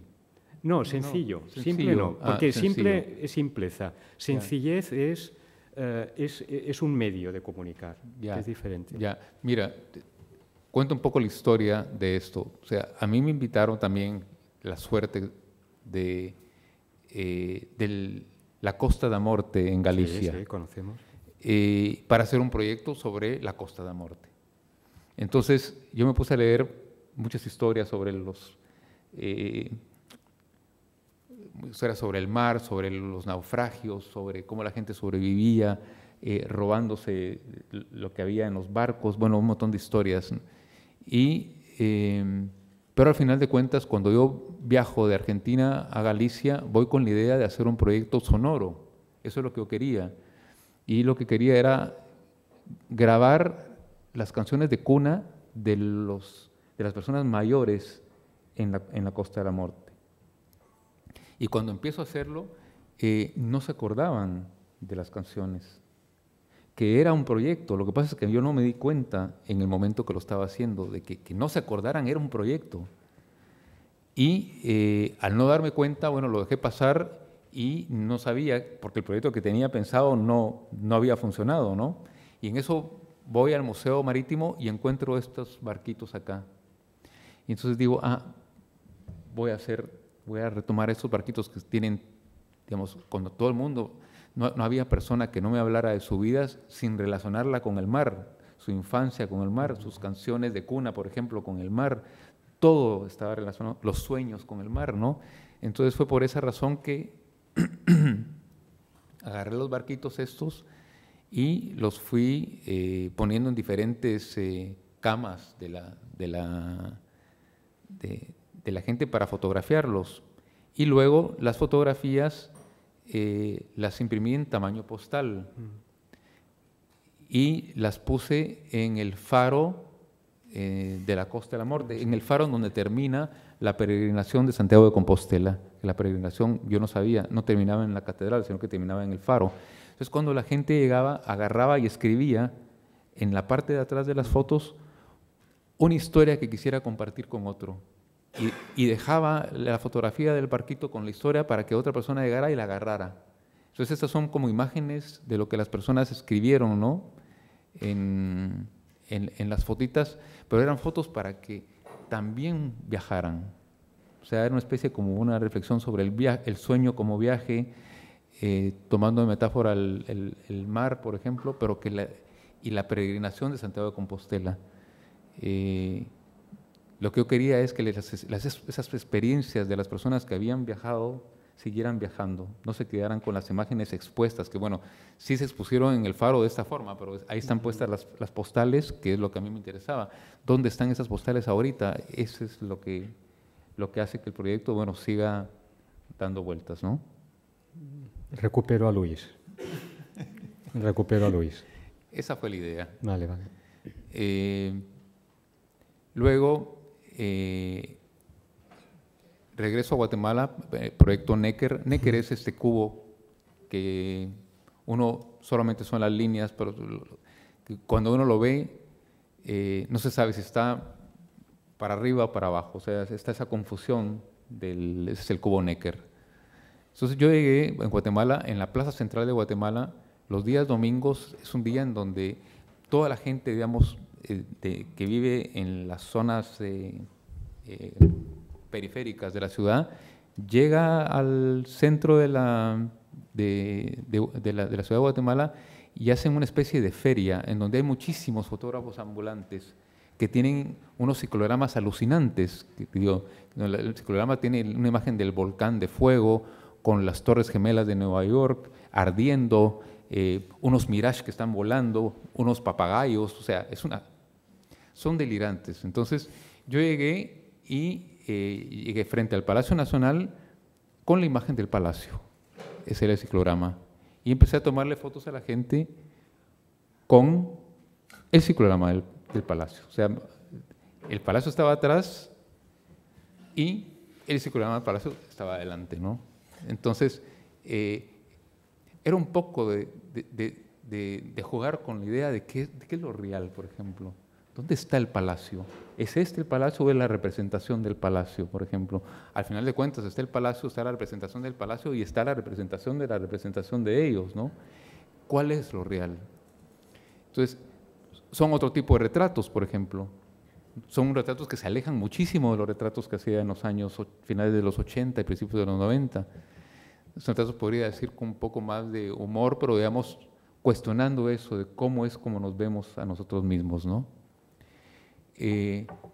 Al final, bueno, se presentaban los retratos y se presentaba esta imagen como un manto sagrado, como una imagen volviendo a la religión católica, de sus simbolismos, ¿no? De un manto de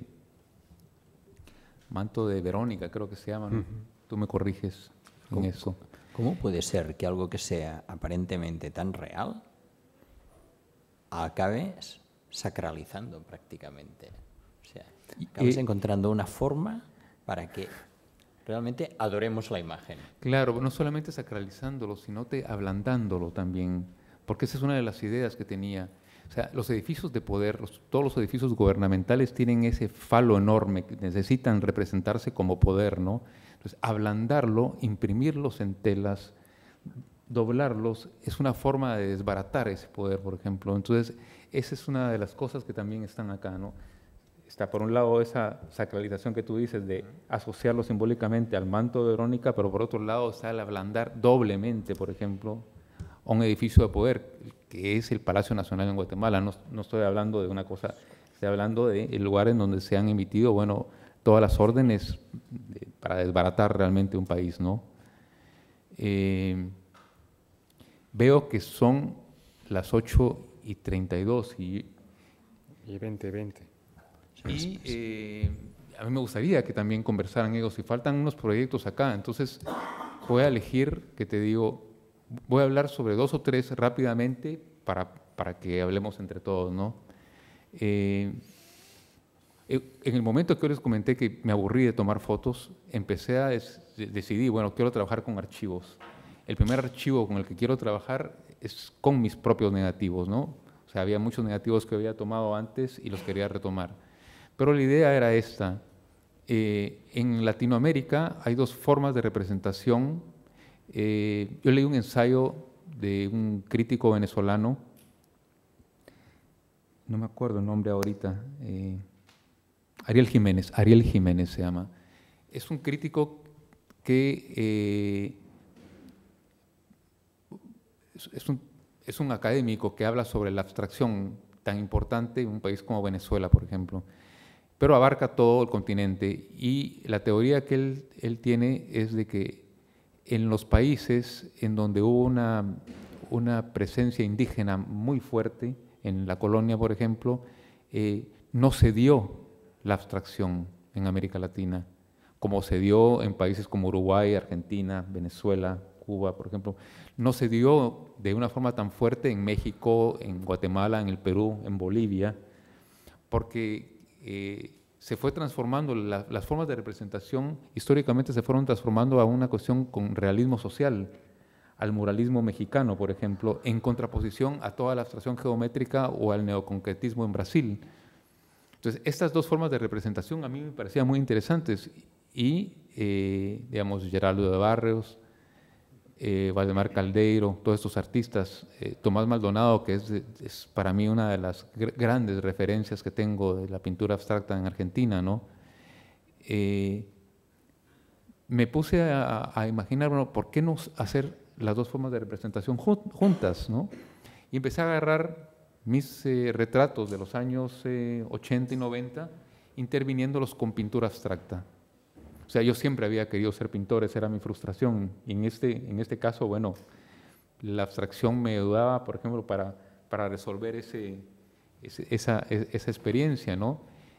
Y trabajar, por ejemplo, con todas las imágenes que había trabajado en los años 90 de una forma distinta. Entonces, hice toda esta serie que se llama Mobius, que tiene que ver, bueno, con una performance que Leisha Clark hizo en Río de Janeiro en el 63, creo yo. Y estas son ya imágenes de la exposición que tuve acá en Telefónica, ¿no? Son diferentes variaciones, porque he trabajado, la verdad es que desde el 2004, en diferentes imágenes que retomo, ¿no? de mis imágenes pasadas, imprimiéndolas en fieltro, pintándolas, poniendo imágenes en vidrio, amarrándolas con hilos, imprimiéndolas en papel de arroz, por ejemplo, haciendo una especie de collage, bueno, jugando un poco, ¿no? Tomando un poco Francis Bacon en este caso también como una referencia. Y paso ahora me voy a saltear esto porque si no, no vamos a tener tiempo para hablar sobre lo que me interesa. Hacia estos proyectos que son, bueno, el trabajo donde coincido totalmente con la postfotografía, por ejemplo, y siento que estoy inmerso en eso, ¿no? Yo retomo los archivos de un fotógrafo guatemalteco que vivió 100 años antes que yo, que empezó a hacer fotografía 100 años antes que yo, y que realmente como que fue el que introdujo la fotografía artística, podríamos decirlo, en Guatemala, ¿no? Juan José Jazz se llamaba. Y lo que yo hago es agarrar sus retratos, digamos, el título es muy importante, retrato medio cuerpo de sacerdote, retrato de medio cuerpo de sacerdote anciano, retrato de cuerpo completo de sacerdote sentado, etcétera, etcétera, ¿no?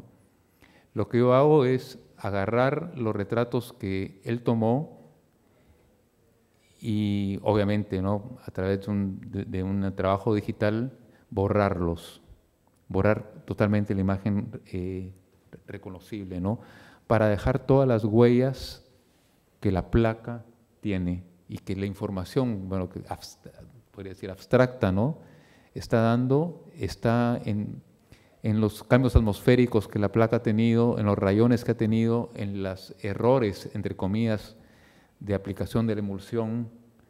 Aquí estoy poniendo uno al lado de lo otro solo para que vean la diferencia, pero obviamente lo que yo presento es simplemente la imagen que está al lado, ¿no?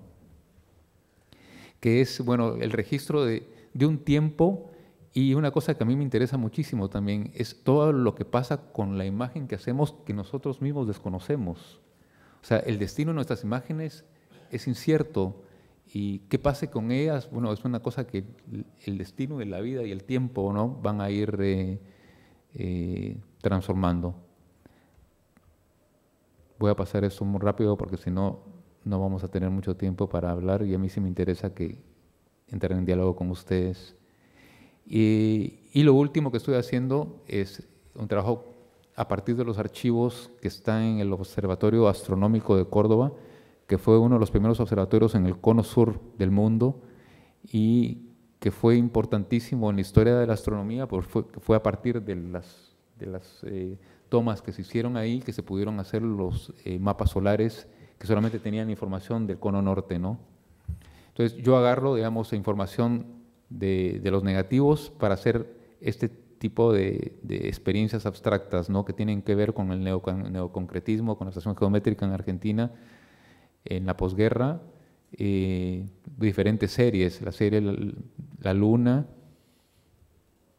estos que son espectros cósmicos,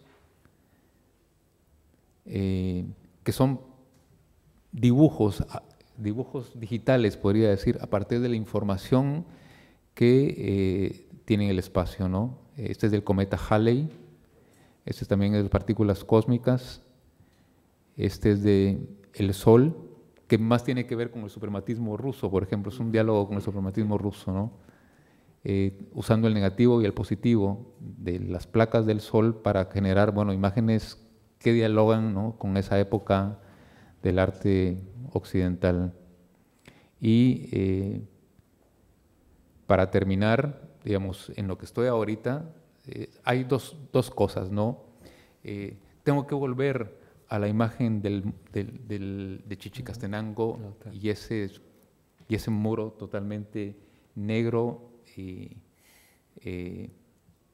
cargado, ¿no?, de un ritual y de una sacralidad. Las referencias que estoy teniendo para este trabajo que estoy realizando ahora, por ejemplo, son las pinturas blancas de Rauschenberg, una película de Nam June Paik que se llama Zen for Film y dentro de muchas obras, ¿no?, 4 minutos entre 3 segundos de John Cage. Digo porque son imágenes que se refieren a una especie de vacío, ¿no? Es tratar de entender el vacío como algo pleno, tratar de entender que en el vacío hay una plenitud que está mucho más allá de nuestras propias percepciones, ¿no? Y son dos vertientes, son dos trabajos. Uno que es Mondrian, que no sé si se nota acá, sí, más o menos, que son unas fotografías que tomé en el Pompidou y en la Tate de pinturas de Mondrian, de acercamientos de pinturas de Mondrian, porque a Mondrian lo que le interesaba eran las líneas verticales, horizontales y los colores primarios, ¿no? Él detestaba las diagonales, detestaban las líneas curvas. Lo decía y lo dejaba dicho en sus escritos también. La paradoja que yo encuentro acá es de que sus cuadros se han craquelado y el craquelado de los cuadros de Mondrian están llenos de todo lo que él detestaba. Entonces, por ejemplo, estas diagonales o estas líneas o estos gestos tan que pueden verse tan a la ligera, por ejemplo, son una paradoja con una forma de pensar y entender, por ejemplo, la pintura, ¿no? Entonces, esta es la forma en la que presenté esta serie y obviamente es una serie que quiero continuar, ¿no? O sea, cuando estuve en Madrid hace un mes, tomé fotos en el Thyssen que tienen otros Mondrian y efectivamente habían unos craquelados. Y lo que estoy haciendo ahorita es trabajar esto, que es uno de los mapas estelares en la ciudad de Córdoba, en el observatorio, y estoy trabajando con un músico en Buenos Aires para hacer de esto una partitura musical, en donde ya realmente me alejo totalmente de lo que es la fotografía, ¿no? Y donde me adentro, bueno, a un lenguaje absolutamente abstracto, por un lado, y en donde, bueno, estamos ahorita empezando conversaciones con ciertos astrónomos que nos hablan sobre ciertos patrones que tienen las estrellas para poder, bueno, tener una lógica en la composición musical, ¿no? Y eso es por un lado. Y por otro lado, es tomando de referencia a todos estos indígenas que han vivido en el sur de la Patagonia y que sus cuerpos están pintados con las imágenes del universo percibido desde su propia cultura, ¿no? Entonces, bueno, lo hice lo más rápido posible, quedan 15 minutos para poder establecer un diálogo acá, pero en general, bueno,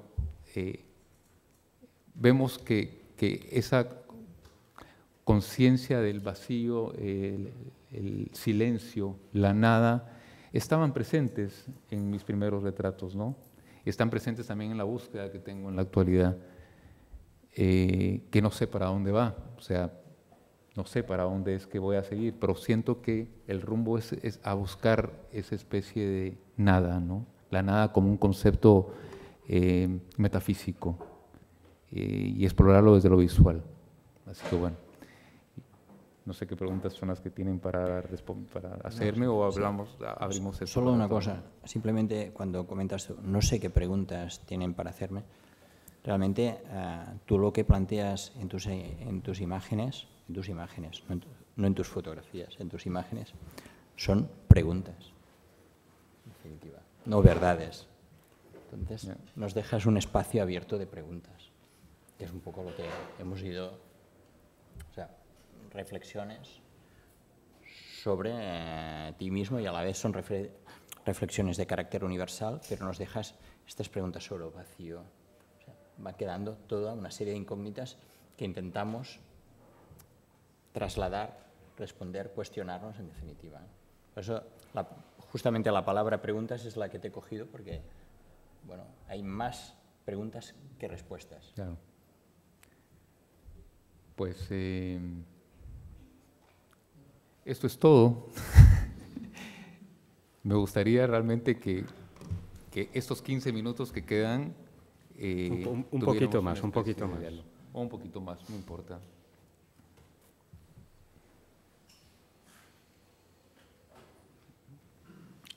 Adelanto yo. Sí. Bien. Estamos aquí en unas sesiones pintura-fotografía, diferentes medios, y me gustaría preguntarte sobre el famoso tema, forma y contenido. Bien, porque haciendo una revisión de tu trabajo resulta que utilizas técnicas como fotografía impresa en papel de acuarela pintado con betún de Judea, técnica mixta codolit, láminas de oro, película ortocromática y láminas de oro, película ortocromática y láminas de plata, interprint sobre papel de acuarela, platino sobre papel. Y no sigo, ¿vale? No sigo porque la lista, ¿vale? Es... ¿En qué momento sitúas una forma en relación al contenido, al argumento? Antes has dado un pequeño matiz, un apunte, ¿no? La pátina de las iglesias me ha recordado ese punto de tonalidades en unas imágenes, ¿no? Pero ¿cómo concibes que un trabajo esté impreso o positivado en una película ortocromática y láminas de oro o sobre una impresión digital en papel de acuarela? Intuición. Es su intuición que te digo, y creo que es excelente la pregunta porque si no hubiera tocado esta palabra. Para mí esta palabra es absolutamente capital. Por ejemplo, hablo de mi proceso creativo, ¿no? Hay cosas que no puedo explicar racionalmente, ¿no? Pero que cuando estoy pensando la imagen, ya estoy pensando también el medio donde la imagen va a ser, ¿no? O los medios, porque muchas veces la hago en 2, 3 medios y al final decido cuál es, pero el medio tiene que estar totalmente enganchado, ¿no? Amarrado con la idea. O sea, más que con la imagen, con la idea que la imagen intenta transmitir, ¿no? Si ese enganche no se logra, la imagen adquiere muchísimo más sentido y muchísimo más fuerza. Obviamente que una imagen que está impresa en papel de arroz, si tú la imprimes en acero o plomo, va a tener un sentido absolutamente distinto, ¿no? La relación que tú vas a tener con la imagen va a ser absolutamente distinta. Entonces es muy importante para mí la elección del formal, por ejemplo, es tan importante como la propia idea, ¿no? Es el pozo, ¿no? Sí. El pozo y el reposo de las ideas. Bien, ¿no? Sí, sí.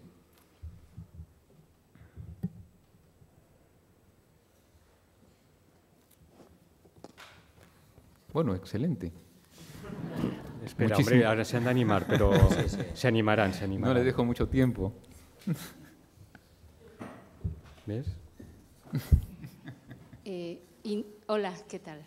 Soy mexicana y conecto algunas ideas con la cultura guatemalteca porque estamos muy unidos. Cuando al inicio hablas de incertidumbres, dudas, preguntas y vas avanzando en tu discurso que nos presentas hoy en tu plática, conferencia, veo que al paso de tus proyectos aparecen más respuestas que dudas. ¿Es cierto? ¿Respuestas o preguntas, como decías? No, es que al principio nos lo planteas como grandes incertidumbres en cada uno de tus proyectos.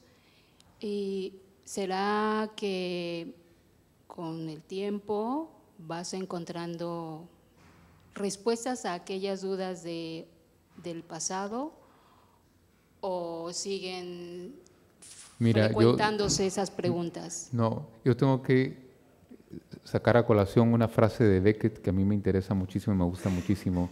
Él decía que toda obra es un pequeño fracaso y el trabajo del artista era fracasar mejor.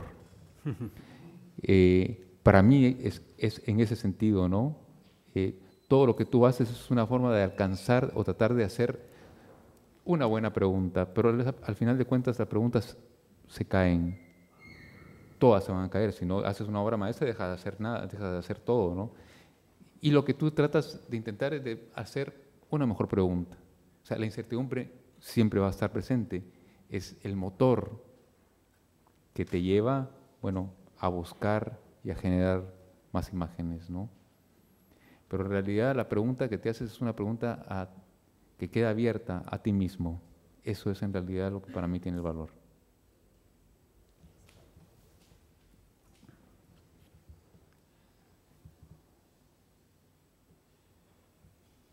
Aquí, acá.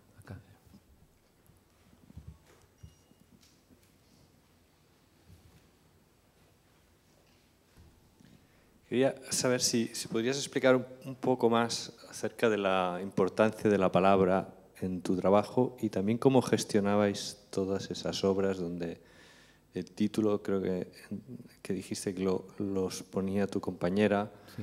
Si pudieras explicar un poco todo eso. Bueno, fue una época en donde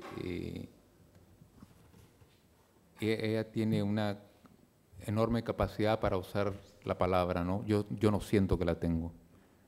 Y entonces sentíamos, porque fue una decisión entre los dos, ¿no? De que este matrimonio entre el lenguaje y imagen funcionaba. Entonces yo la dejaba a ella total libertad para que le pusiera los títulos o hiciera una obra de teatro, por ejemplo, con mis imágenes. Pero las imágenes estaban antes. No es que ella hacía un texto y yo a partir de ese texto hacía algo. No, siempre las imágenes estaban antes y ella las las poetizaba desde el lenguaje, para decirlo de alguna forma.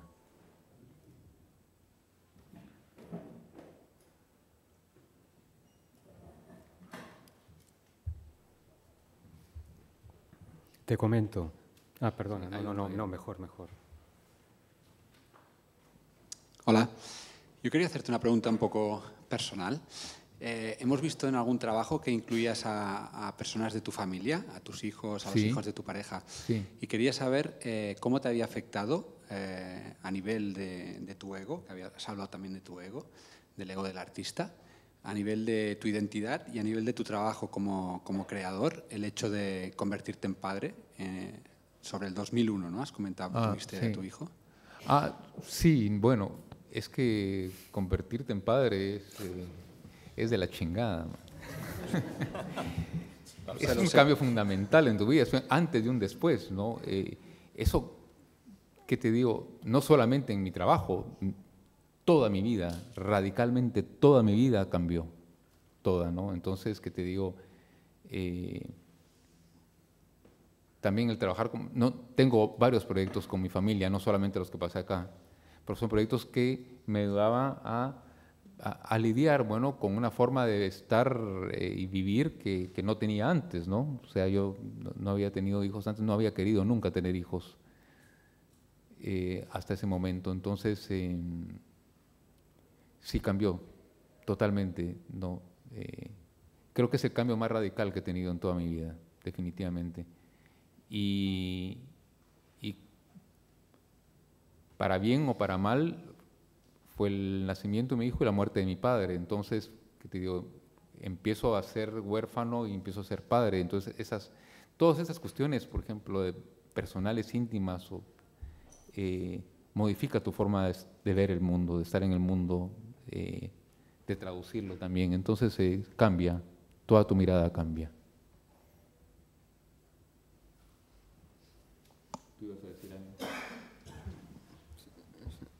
Si no hay nadie del público, sí, me adelanto. Has pasado un montón de imágenes de todas tus series. Mirándolo con una cierta distancia y sin conocerte, yo diría que cada serie forma parte de un autor diferente. Es como si la idea de unidad, al menos en el aspecto visual, no apareciera.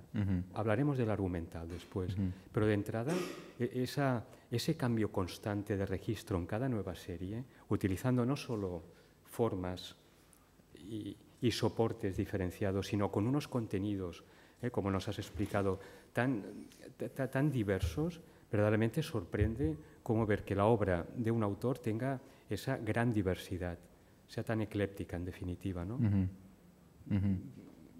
Yo es que no soy el mismo.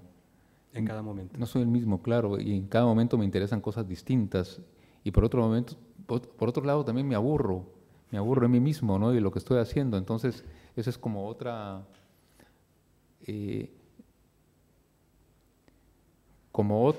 paso más, por ejemplo, ¿no? No sé si la palabra sea aburrirme, sino que siento que se agota el proyecto en sí mismo, ¿no? Y al sentirlo agotado, al hablar de ese fracaso de Beckett, por ejemplo, tengo que buscar otra forma, otra vía para seguir haciendo, bueno, al final de cuentas es lo mismo, haciéndome preguntas, ¿no? Tal posiblemente es que el panorama se va ampliando cada vez más. Y yo hace un año no me imaginaba que ahorita iba a estar trabajando una partitura musical a partir del Mapa de las Estrellas.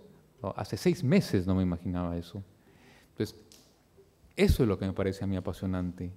Eso es lo que yo siento que como individuo, no como creador, como individuo, ¿no? me incita, me promueve, ¿no? a pensarme y a estar, ¿no? cada día más atento al mundo. Esa es una necesidad interna, ¿no? Hay una inquietud. De mantener una inquietud, sí, una curiosidad también, que es lo que en esencia trato de transmitirle a mis hijos, por ejemplo, y que es lo único que al final voy a poder pasarles, o sea, que vean en mí a alguien que no perdió curiosidad, por ejemplo. Simplemente eso. Que las imágenes les gusten o no, porque no les gustan, es secundario. Pero que al menos si puedan, ¿qué te digo?, ver en su padre a alguien, bueno, que no se rindió, ¿no?, ante estas épocas tan turbulentas que vivimos, ¿no?, sino que siguió pensando, no solamente en una mirada acá, sino que, bueno, ampliando ese horizonte. Ya nos has dado el titular. Sí, total. Alguien que no perdió la curiosidad. Es quizá la síntesis de tu obra. Podría ser en esa frase la síntesis de un propio autor que sabe reflexionar sobre su propia obra. Bien. Porque al fin y al cabo, si yo te digo que para mí tu obra, independientemente de los aspectos formales que ya has justificado, si podría sintetizar en traducir la experiencia del conflicto espiritual, social, creativo, humano e intelectual a través de la imagen fotográfica o de la imagen sin contar con lo fotográfico. Pero esto ha quedado quizá más de teórico intelectual, pero yo me quedo con alguien que no perdió la curiosidad. Ya está. Bien. Molt bé. Sí.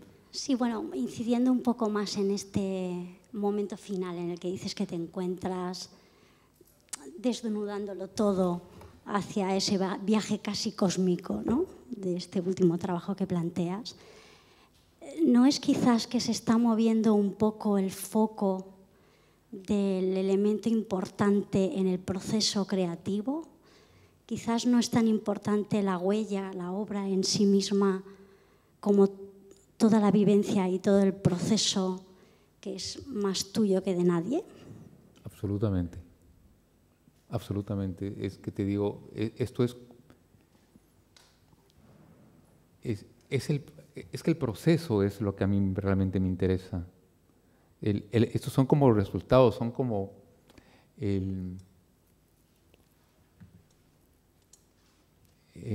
sí, puede llamarse como huella, pero es como la viruta de la madera, ¿no? Es lo que va, el residuo, es el residuo. Claro, la destilación, eso es de lo que va quedando, pero es que todos nos vamos a morir, o sea... No es el titular, no es el titular. No es el titular. O sea, para ponerlo claro, ese pensamiento lo tengo yo fijo en la cabeza. Entonces, ¿qué te digo? Ante eso, lo único que me queda es ir, bueno, raspando un poco esto que llamamos vida, ¿no? Raspándola para ver, bueno, qué es lo que va quedando, Pero eso que va quedando, eso nada que va quedando, por ejemplo, es con lo que tú puedes hacer algo. Ayer vi en el MACBA, se llama, ¿no?, una obra de Perejaume, se llama, sí. Que es trituró unas pinturas junto con el marco y con todo. Eso, por ejemplo, eso me parece es una metáfora realmente de lo que hacemos, ¿no?, o lo que yo intento hacer. Y lo que queda. Y olvido. O sea, estamos destinados, como dice Borges, al olvido. O sea, tener la pretensión de que mi obra me va a perdurar y que me van a recordar es un absurdo. O sea, estamos destinados a que todo va muriendo, ¿no? Y somos partes de un olvido. Pero lo que nos toca, nos toca. Y lo que tienes que hacer, lo que tienes que hacer. Y eso es realmente lo que he intentado hacer en estos años, ¿no? Hasta donde pueda.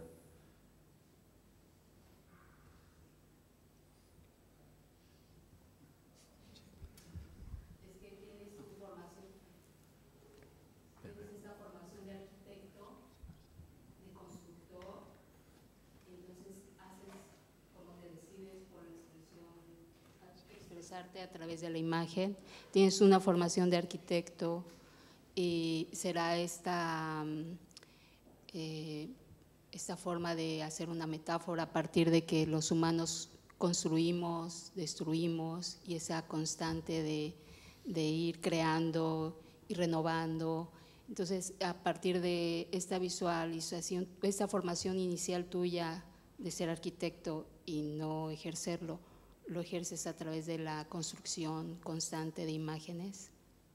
No entiendo la pregunta, pero no importa, no sí, importa. No, déjame. Sí, es que seguía, bueno, no tanto como pregunta, sino como esa idea de, me pregunto a mí misma, ¿será acaso que a través de esta idea de que los humanos somos constructores constantes y destructores al mismo tiempo, y tú tienes una formación de arquitecto, no te decides por la arquitectura, sino por la construcción de imágenes, pero que al mismo tiempo las construyes, las dejas en reposo o en maduración o como le queramos decir, y luego vas a otras nuevas, a construir nuevas metáforas y nuevas imágenes? Sí. No, la formación de arquitecto a mí me ayudó para entender de que esto lo pensó alguien. No está acá por magia. Esto es una idea. Esto es una idea. Todas las ciudades que estamos habitando son ideas. Vivimos en un mundo de ideas, lo que pasa es que no tenemos la conciencia de que cuando entramos en un espacio algo fue pensado, donde está sentada fue pensado. Obviamente esto fue pensado, ¿no? Entonces, la idea de la arquitectura a mí me ayuda para pensar, por ejemplo, de que esto fue la idea de alguien. Y lo mismo con las imágenes, ¿no? En ese sentido, me gusta que sean también ideas, ¿no?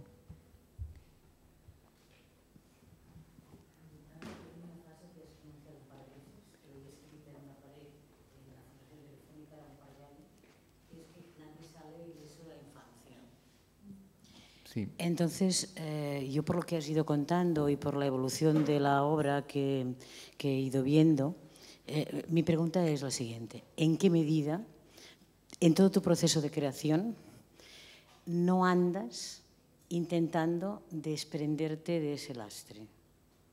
Sí, es exactamente eso. No, ¿en qué medida y cómo no me puedo desprender. Yo no siento que me pueda desprender de mi infancia. O sea,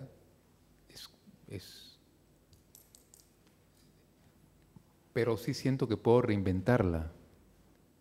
Esa es la pequeña diferencia. O sea,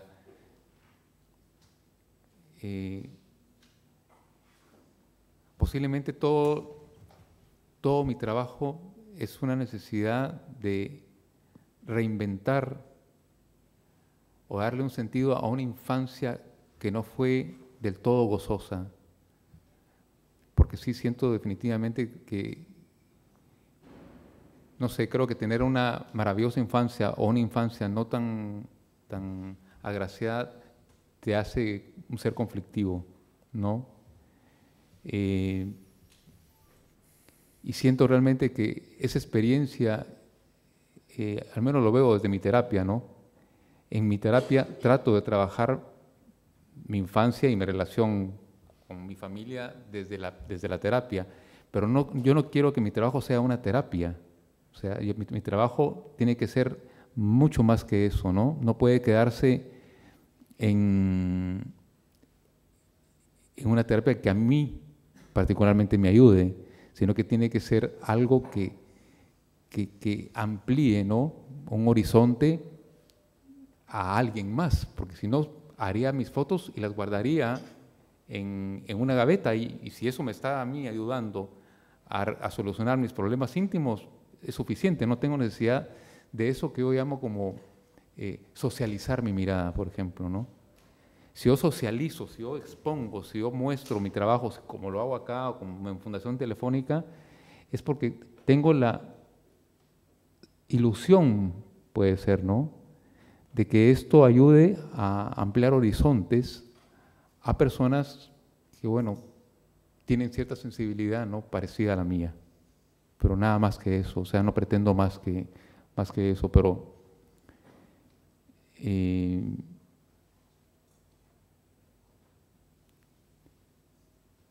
cambiar mi infancia es imposible, por mucha terapia que haga. Solamente puedo tratar de verla desde una perspectiva distinta, ¿no? Simplemente. No sé si respondí la pregunta que me hiciste.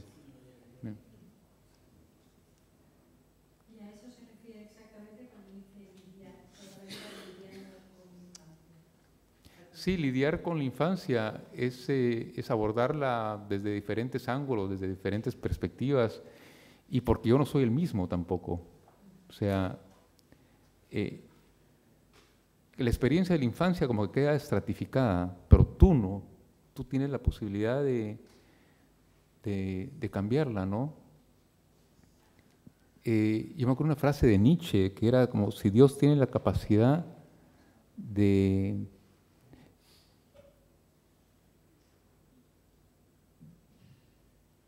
Dios tiene que tener la capacidad de poder cambiar el pasado, creo que era. Sí, creo que es por ahí la frase, ¿no? Pero eso a mí me recuerda muchísimo la idea del psicoanálisis, ¿no? Esa capacidad que tenemos de cambiar nuestro propio pasado, ¿no? En mi caso lo hago a través de la terapia, pero también creo yo que toda la experiencia creativa funciona perfectamente para eso. Cualquiera, la literatura, la danza, la música, ¿no? En caso mío, la experiencia visual. Pero es eso, intentar, ¿no? Darte otro sentido.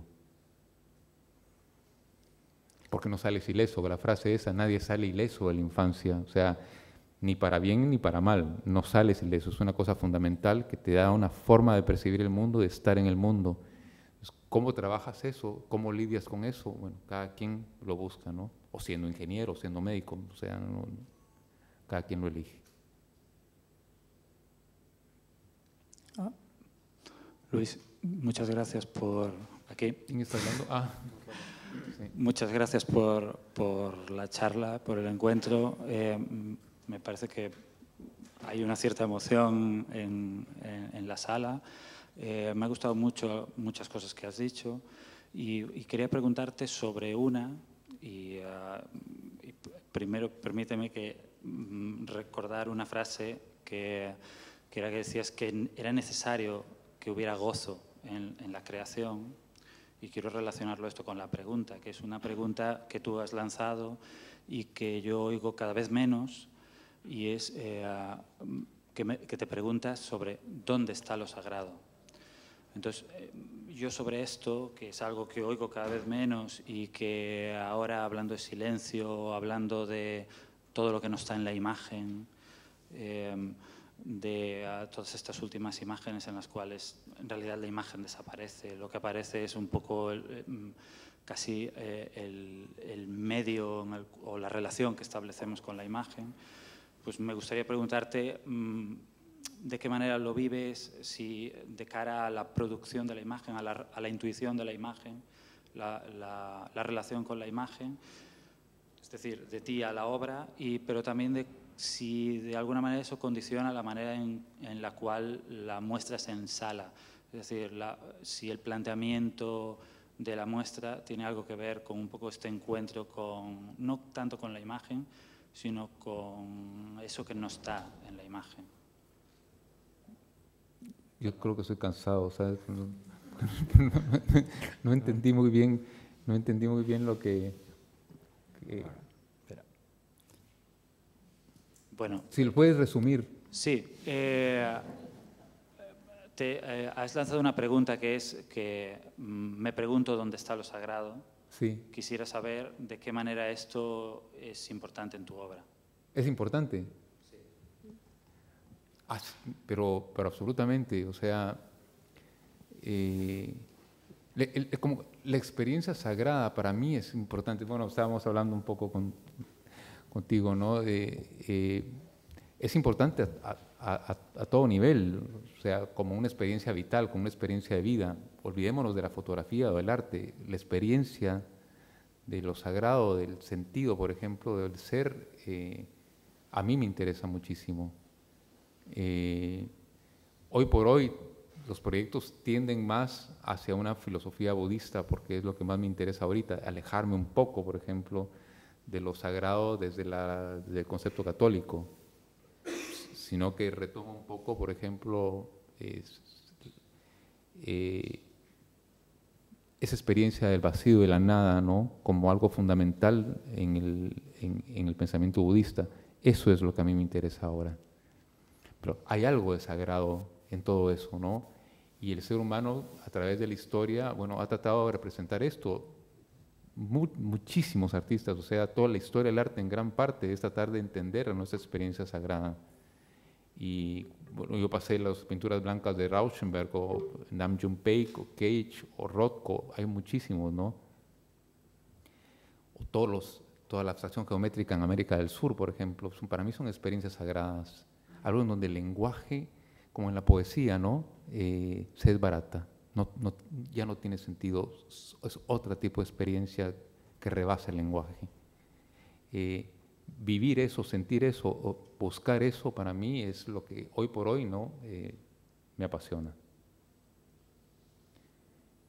Yo creo que estamos bien, les agradezco mucho. Ha sido un gran gusto haber estado hablando con ustedes. Muchas gracias.